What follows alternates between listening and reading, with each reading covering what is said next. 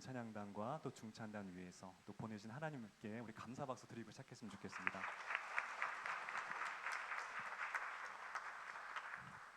그래서 이분들이 제가 오늘 말씀을 제가 배당받은 시간은 사실 10분밖에 없어요. 이제 또 다음 이후에 시간들이 있어서 제가 어떤 말씀을 준비할까 하다가 이분들의 삶이 10년 동안 이어오게 한 어떤 반석 같은 그러한 신앙을 갖고 있었구나, 반석 같은 그런 믿음에 대해서 한번 함께 묵상했으면 좋겠다는 생각이 들었습니다. 성경에서 반석 같은 사람 굉장히 많이 등장하는데 전 특별히 오늘 이 이방 사람 고넬료에 대해서 함께 나누기를 원합니다. 고넬료, 우리가 많이 들어본 사람이죠. 이 고넬료는 이 가이사라에 있는 이 로마의 백부장이었습니다. 100명의 군사를 거느린 이 로마 장교였어요.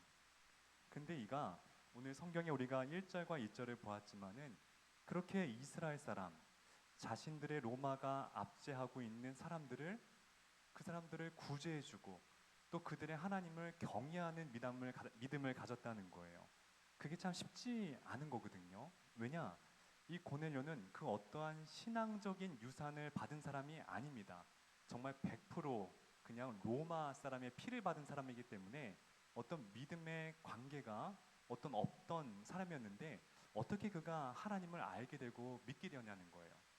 그것도 참 신기하고, 두 번째 신기한 것은 무엇이냐면은 보통은 정복당한 백성들이 자신들을 정복하는 그 백성의 문화나 종교를 부러워하는 게 보통이거든요.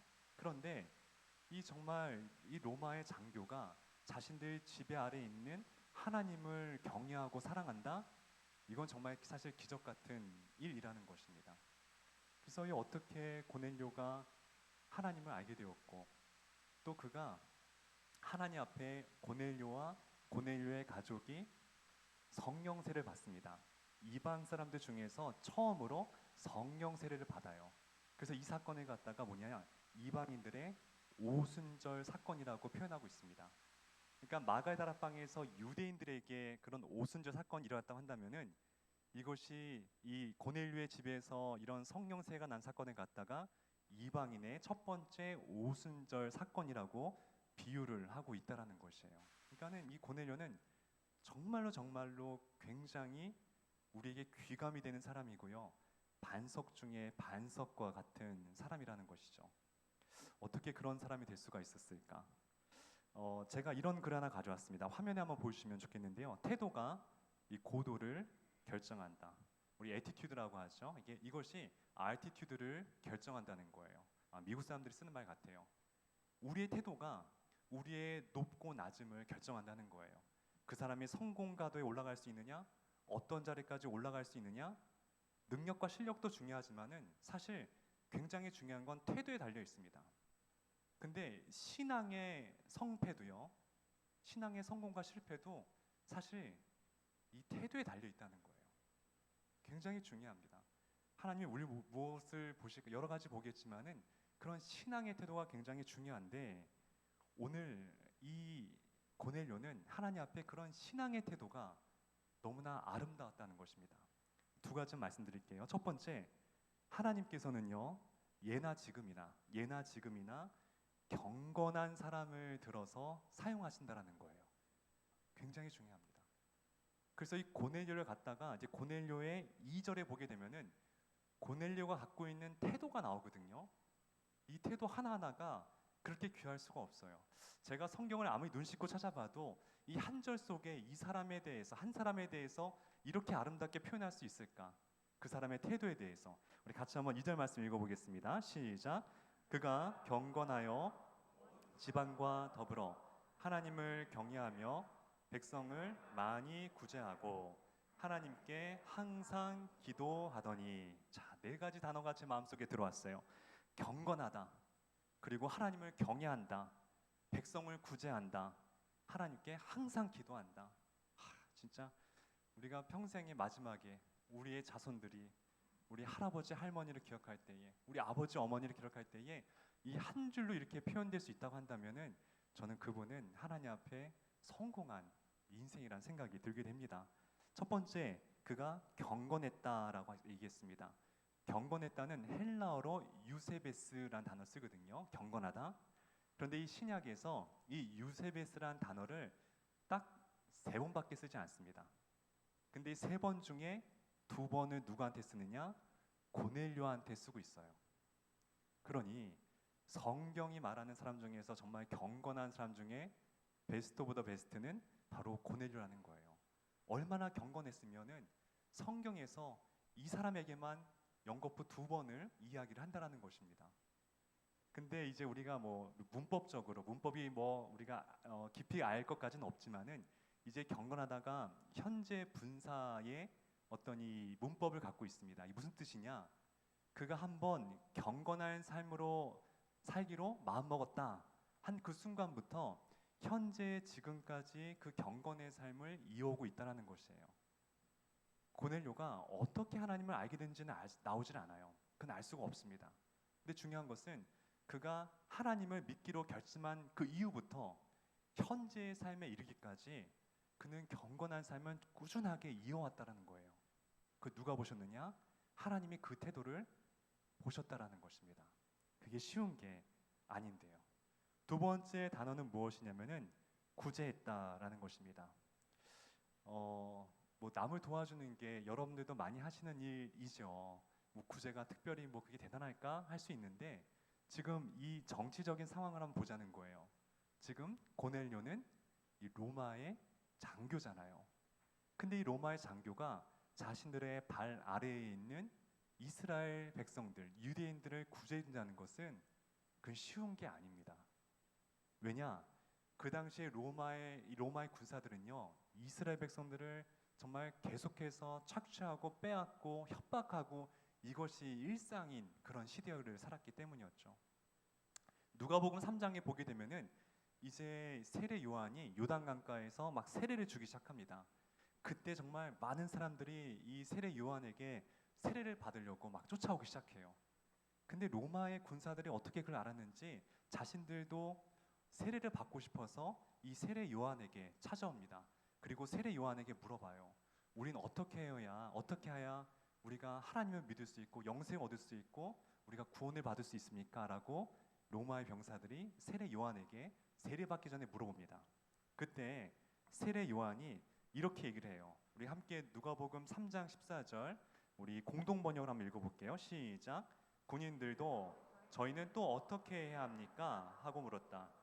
요한은 협박하거나 속임수를 써서 남의 물건을 착취하지 말고 자기가 받은 봉급으로 만족하여라 하고 일러주었다. 자, 무슨 얘기일까요? 너희들 협박하지 마. 속임수 쓰지 마. 남의 물건 착취하지 마. 그만큼 로마의 병사들은 이스라엘 백성들을 협박하고 착취하고 물건을 빼앗고 갈취했다는 거예요. 그게 아주 지극히 자연스러운 일상의 삶이었는데도 불구하고 로마의 장교인 고넬료는 그 길을 따라가지 아니하고 정말 불쌍한 우리 이스라엘 백성들을 도와주고 구제를 해줬다는 것이에요. 이것이 하나님께서 귀하게 여긴 2번째 고넬료의 태도였습니다. 3번째가 뭐냐면은 항상 기도했다. 그래서 이 항상이란 단어는 디아판토스, 이거를 직역하면은 모든 상황 속에서란 뜻이거든요. 그래서 항상 기도했다는 것은 고넬료가 항상 기도하고 행동하고 항상 기도하고 선택하고 항상 기도하고 어떤 일을 행했다라는 것이에요. 무슨 일을 하든지 어떤 상황이든지 항상 기도하고 움직였다는 겁니다. 이것도 마찬가지로 현재 분사예요. 하나님을 믿고 난 다음부터는 항상 그의 결정 가운데 앞서서 하나님께 기도하고 행동을 했다라는 것이에요. 고넬료는요, 정말로 성경에 등장할 만한 그런 귀한 인물이었다는 것입니다. 자, 그래서 가만히 이 한 절 속에 보게 되면은 이 고넬료가 정말 정확하게 하나님에 대한 열린 창문이 있었고 또 이웃에 대한 열린 창문, 이 2가지 창문을 정말 조화롭게 잘 조율하고 있다는 것이에요. 어떻게 이 신앙생활 이 밸런스를 이렇게 잘 맞출 수가 있을까요? 여러분들 신앙생활 이거 맞추는 걸 쉽지가 않습니다. 정말 신앙이 아주 좋다고 해서 말씀 듣고 기도하고 예배 드리는데 삶은 그렇게 따라오지 못한 경우도 있어요. 이웃에 대해서는 사실 그렇게 무감각한 분들이 계십니다. 반면에 정말 구제 잘해요. 봉사 정말 잘해요. 그런데 하나님 앞에서는 그렇게 신실한 마음으로 하나님을 사랑하는 마음은 적을 수도 있다는 거예요. 그런데 이 밸런스를 고넬료는 너무나 잘 신앙의 밸런스를 갖췄다는 것입니다. 어떻게 그럴 수가 있었을까요? 예수님 말씀을 아마 마음속에 늘 묵상했던 것 같아요. 무슨 말씀이냐? 누가복음 10장 26절에 보게 되면은 정말 이 황금률이라고 하죠. 어떻게 해야 영생 얻을 수 있냐고 예수님께 물어봤을 때에 예수님이 아주 귀한 말씀을 우리에게 주시죠. 사실 신앙생활은 이 두 가지만 잘하시면 돼요. 우리 같이 한번 읽어보겠습니다. 시작. 예수께서 이르시되 율법에 무엇이라 기록되었으며 내가 어떻게 읽느냐? 대답하여 이르되 내 마음을 다하며 목숨을 다하며 힘을 다하며 뜻을 다하여 주 너의 하나님을 사랑하고 또한 내 이웃을 내 자신같이 사랑하라 하였나이다. 아멘. 이 말씀을 고넬료는 들었다는 거예요. 아, 내가 잘은 모르지만 내가 하나님을 어떻게 섬겨야 될지 제가 알지 못하지만은 이 두 가지만 하면 되겠구나. 하나님께 기도하고 하나님을 사랑하고 또 삶으로 이것을 이웃들에게 사랑을 실천하고 이 두 가지의 밸런스를 잘 맞췄다는 것이죠. 단순히 고넬료의 스토리는 우리에게 아, 참 훌륭한 사람이네 이것을 보여주는 것이 아니라 우리에게도 도전을 주는 말씀이라는 것이죠. 신앙의 밸런스를 맞추는 것이에요. 굉장히 중요한 것입니다. 자, 두 번째입니다. 두 번째 우리가 고넬료에서 배울 수 있는 것은 자, 진실한 기도와 선행은 하나님께서 반드시 기억하신다는 거예요. 우리 같이 4절 말씀 한번 읽어볼까요? 시작. 천사가 이르되 기도와 구제가 하나님 앞에 상달되었으니 바가 되었으니. 자, 이제 천사가 나타나가지고 이제 베드로에게 나타나서 이제 고넬료의 집에 가라. 그래서 베드로가 이제 고넬료의 집에 와서 이 고넬료와 거기에 있던 식구들과 거기에 있는 모든 가솔들이 성령 세례를 받게 되잖아요. 이제 그 스토리잖아요. 근데 고넬료가 물어보죠. 베드로 사도에게 어떻게 우리 집에 오셨냐고, 어떻게 나에게 찾아오셨냐고. 그때 천사가 그 얘기를 하는 거예요. 너의 기도와 구제가 하나님께 상달되어서 기억한 바 되었다. 이렇게 말씀하시는 거예요. 하나님은 어떤 분이시냐? 우리의 기도를 기억하시는 하나님이라는 것이에요. 믿으십니까? 여러분들의 모든 기도가 하나라도 땅에 떨어지지 아니하세요. 하나님 다 듣고 계세요. 다 기억하고 계세요. 하나님의 때에 그 기도의 응답이 필요한 그 시점에 하나님께서 열매를 걷게 해주세요. 지금 당장 아닐 수 있어요. 내일도 아닐 수 있어요. 어쩌면 그것이 내 생애가 아닐 수도 있어요. 그 몫을 우리 아들딸들이 받을 수 있어요. 분명한 것은 하나님은 반드시 그 기도를 기억하시고 응답하시는 하나님이라는 것이죠.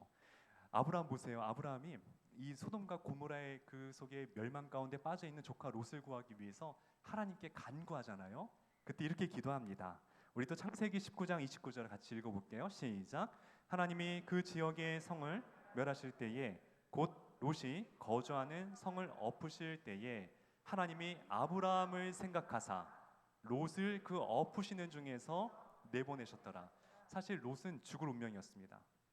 죽을 운명이었는데 하나님께서 롯을 왜 살려준지 아십니까? 아브라함 때문에 살려준 거예요.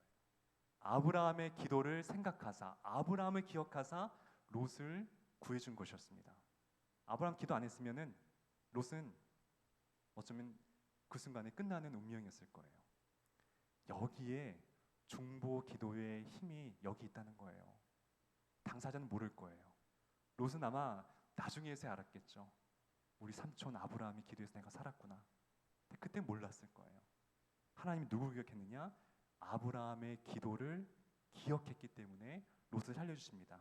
히스기야도 마찬가지예요. 히스기야가 참 전반전에 훌륭한 왕이었는데 마지막에 조금 삐끗합니다. 그래서 그가 병에 걸리게 돼요. 그래서 죽게 되는데 히스기야가 하나님 앞에 기도를 굉장히 잘했어요. 같이 한번 열왕기하 20장 3절 5절 같이 읽겠습니다. 시작.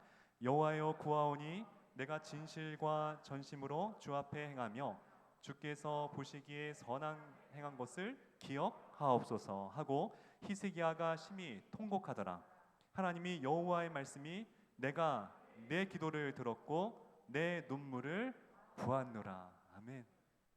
참 귀한 것이 히스기야가 기도를 잘했거든요. 성벽 앞에서 울면서 기도합니다. 내 불치병을 고쳐달라고. 그러면서 욕을 한 게 하나님, 요구를 한 게 하나님, 제가 그래도 하나님 앞에 선하게 살았던 그때 그 일들 있지 않습니까? 하나님 앞에 충성했던 옛날 그 시절의 기억들 있지 않습니까? 하나님, 나 그때 열심히 했잖아요. 그거 기억해 주세요. 이렇게 얘기했다는 거예요. 하나님 뭐라 하십니까? 내가 너 그때 했던 것들 기억하고 있어. 내 너 눈물을 내가 보았어. 그리고 히스기야에게 15년의 생명을 연장을 시켜주시죠. 우리가 오늘 드리는 찬양과 우리가 날마다 하는 이 헌신의 열매를 지금 우리가 누리지 못할 수도 있어요. 무의미하게 다가올 수 있어요. 인생에. 이거 내가 맨날 찬양하고 드럼 치고 반주하고 악기하고 찬양하고 누가 알아주는 게 아닐 수도 있을 텐데, 내가 안내하고 식당에서 주차장에서 봉사로 아무도 뭐 알지 못할 텐데, 아니요, 하나님 다 세세하게 기억하고 계세요. 그 어느 순간 하나님께서 그때의 그 일을 기억하시면서 나에게 찾아올 때가 반드시 있다라는 것이죠. 우리 엘림 찬양단처럼 어떤 순간에 있든지, 내 상황이 어떠든지, 코로나 기간 중이든 건강할 때든 약할 때든 힘이 있을 때든 없을 때든 하나님 앞에 날마다 초질간 그 길을 걸어가시면은 하나님 반드시 기억해 주십니다. 그리고 절대로 헛되지 않습니다. 우리 마지막으로 우리 고린도전서 15장 58절 읽고 말씀을 정리하도록 하겠습니다. 우리에게 주신 하나님의 말씀으로 받고 같이 읽겠습니다. 시작. 그러므로 내 사랑하는 형제들아, 견실하며 흔들리지 말고 항상 주일에 더욱 힘쓰는 자들이 되라. 이는 너희 수고가 주 안에서 헛되지 않는 줄 알미라. 아멘. 이런 축복이 여러분들의 있기를 좋으신 예수님의 이름으로 축원드립니다.